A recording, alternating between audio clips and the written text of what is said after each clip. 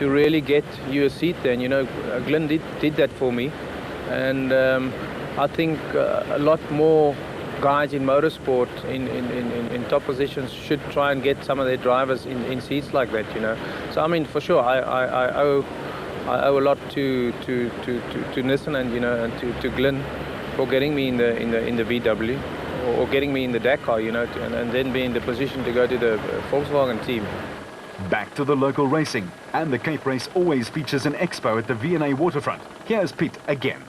Cape Town, we're doing the waterfront and the whole social thing on the Thursday evening again. Then absolutely brand new, much closer to Cape Town, we've got a new prologue, which we hope to have a festival day there, because the prologue is relatively short, about 12 kilometers, and the guys are going to be doing it twice and then moving up to Darling. We will run our normal route as per the past events up there. The 2007 Nissan Dealer 400 in Darling in the Western Cape will be the pipe opener of the new season and has attracted 60 crews from far and wide, including neighbouring countries and even Sweden. The race is known as a tough start to a tough season, and if a car, driver-navigator combination or backup crew have a weakness, the dust, unpredictability and severity of the fauna and flora of the Western Cape will find it and expose it. It's typical of off-road racing. It's hell for leather and let the best man win. Let's now take you back to last year and a great opening race to the 2006 season it was. An air of expectation dominated as they were the normal start of the season jitters, what with several new teams, new signing to old teams and old and settled combinations getting ready to do battle over 400 kilometers in and around the town that satirist Pieter Dirk Uys and his alter ego Ivica Besaidnout made famous. After a demanding and rather tricky 40k prologue route had sorted out the starting order for the day's racing, it was a slugfest of sounds, sights and speed as the teams got their new season underway. Gary Bertelt and his nav Henry Costain held sway, with Evan Hutchison and Kim Bergman who clocked identical times. Voss and Pitchford were 19 seconds in arrears. The Nissan Dealer 400 in Darling was underway. Bertelt and Costain certainly knew what it takes to win a championship, and they just picked up right where they left off as they charged up from the start. The Atlas Copco bat was putting in one of its trademark bull runs. And Duncan Voss and Ralph Pitchford also started off very bullishly and very quickly as well.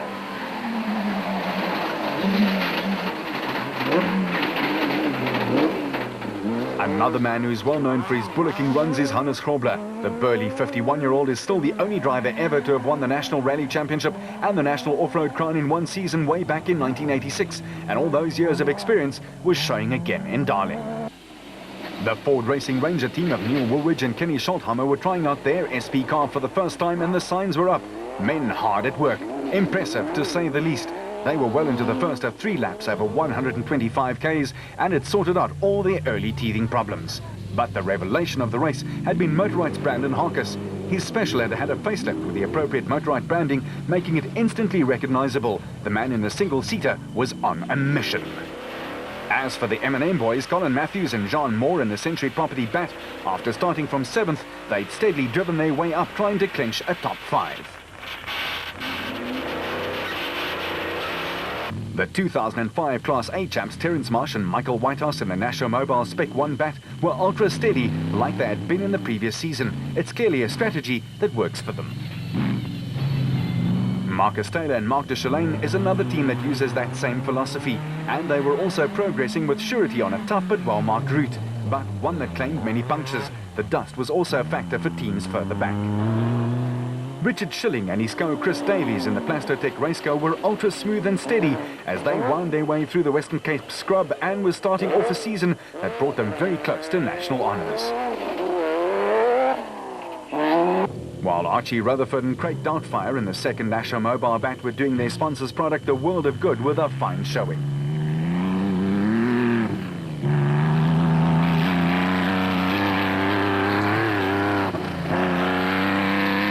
In the smaller Ford Ranger, Manfred Schroeder was as always Mr. Steady with a new co-driver Warder Huxtable next to him.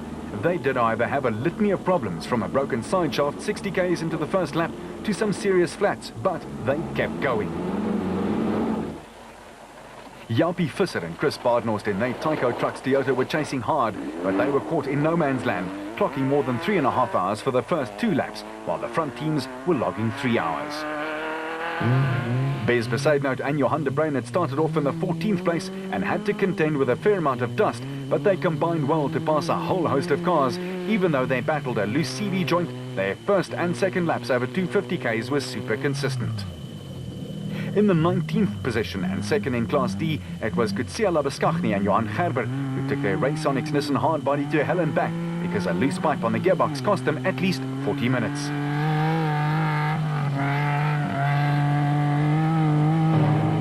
Giel Nel and Johan Smallberger in the Bosel Truggy were firmly settled just outside the top 10 but could just not quite break in.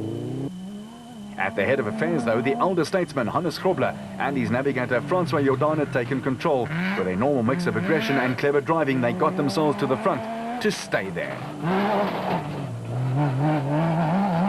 As for Woolridge and Schottheimer, try as they might, they could not make an impression on the flying red Nissan projectile. However, they delighted the Stormers faithful with their rough and tumble approach.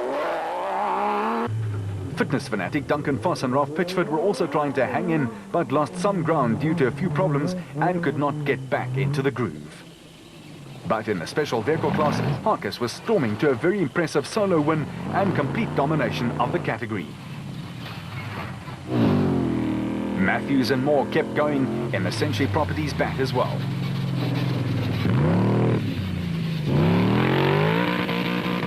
Talking bats, the National Mobile bat, ably piloted by Class A champ Terence Marsh and his co-driver Michael Whitehouse, doing a fine job. They were in second in class and fourth overall, but were losing out to Harkes.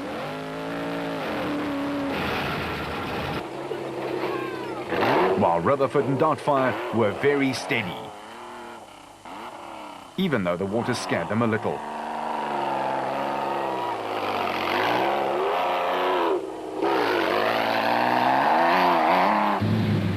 And talking steady, there are very few people as steady as Manfred Schroeder, as well as his brand new co-driver, Ward Huxtable. The peace and quiet of the Darling countryside is probably still a little off-center because the Tyco Trucks Toyota of Chris Visser and Jaapie Badenhorst still sounded like $1 million after pounding in the loose sand and the heat, while their Denko lads were pointing the way. On the day, lots of overheating problems for many teams, and then to make matters worse, the Raceonic boys were firmly stuck to the delight of the throng of spectators. The Brains just scooted by. And lots of teams were finding that the first event of 06 was a good way to find out whether everything was in fine working order or not. Mostly, it was. Bevan Bertolt and Robin Houghton were enjoying themselves in their first outing together. However, they lost some time in the dust, but as they said at the start, all they wanted was some points for a solid finish. James Kennelly in the second Atlas Copco was also still right in the thick of things. The brothers Moffat, Mark and Stewart had their Bosel Landy pointed in the right direction, and they too were putting together a good start to a new season. They'll be hoping for the same sort of debut in their new livery this year. But this will be the one thing the drivers and backup crew will hope not to see too much of this year: the dust. It settles into the most unlikely places, makes visibility a hassle, and grinds working parts to a complete pulp.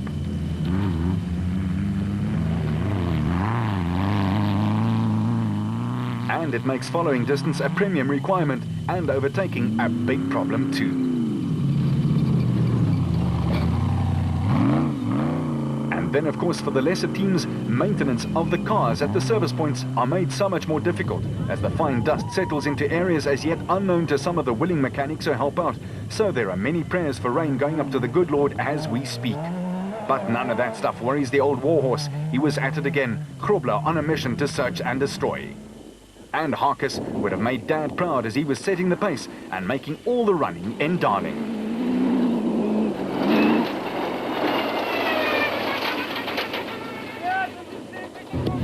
While Woolridge and Schottheimer were hanging in for dear life after a good debut for the Ford Racing Ranger in the SP class. They were third overall and second in class. While Whitehouse was doing Marsh the power of good with his controlled way of pointing the road out to his driver.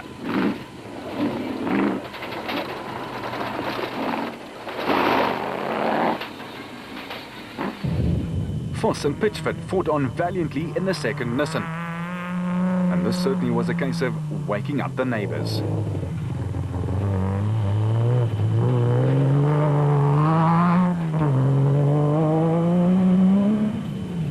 Hughes and Moore were trying to close the gap to the top 5, but every time it looked like they were doing it right, and then they would lose a little time again through some mishap.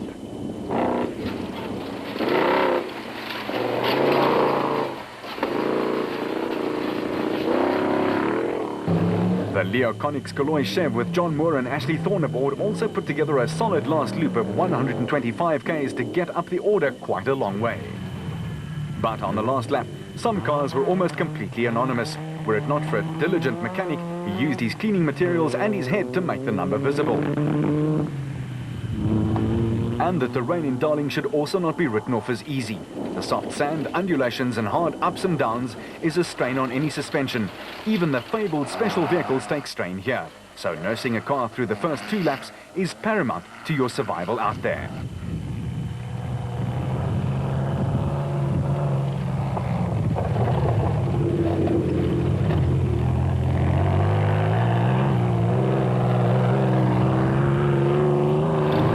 With the end almost in sight, there were still a few whoop-de-doos and yumps and bumps to negotiate, but a large percentage of vehicles did not get to the finish line, indicating the severity of the route and the terrain.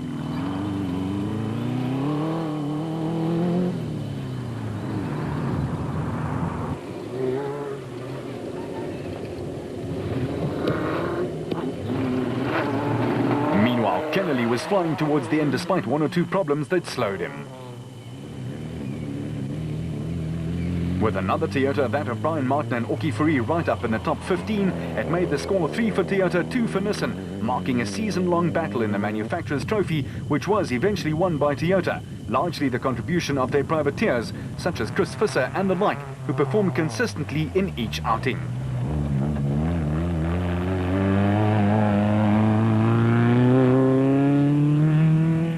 Martin and Fourie were creeping up the order and certainly upset a few of the works team's plans.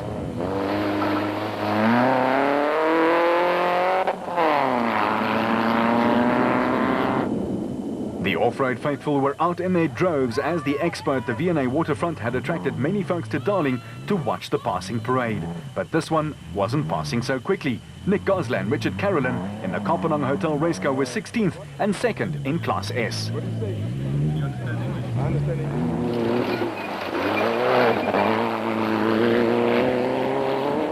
And what's the bet that this fellow is a Ford driver? He was pointing Manfred Schroeder and Ward Huxtable on their way to an 18th place overall and 2nd in Class E. With a 2.5-litre Ranger, this was a great early season showing.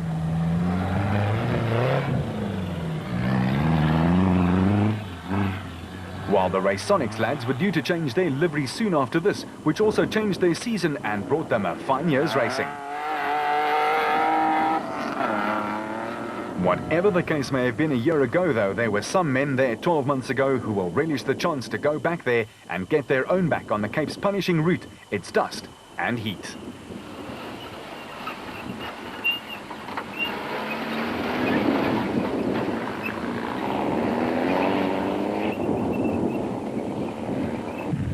While the Cries, Jan and Hendrik will fondly remember it as the debut for them that marked a great season of off-road racing. This year again, there will be new combinations of drivers and navigators, new pit crew and new sponsors, and again they have to lock in, click into place, and make things work from the get-go. That's just how off-road racing works.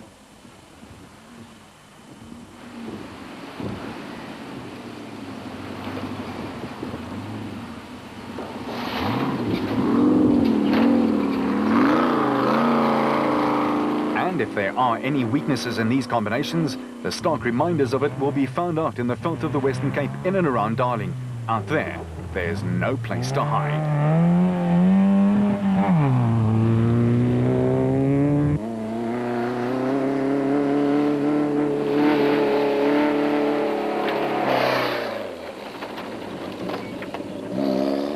12 months ago at the finish line, the Nissan faithful lifted their red caps to a stellar performance from Hannes Grobler and Francois Jordan, who brought it home in 5 hours and 29 minutes to start the Nissan squad on their march to a 6th consecutive title, and that's despite a couple of flats too.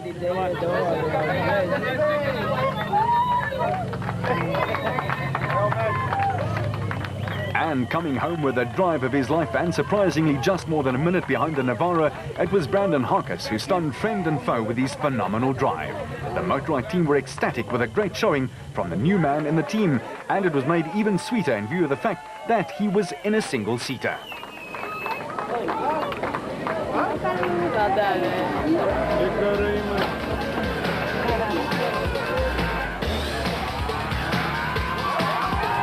So who will spray the champagne in 2007? The Nissan Dealer 400 has its pro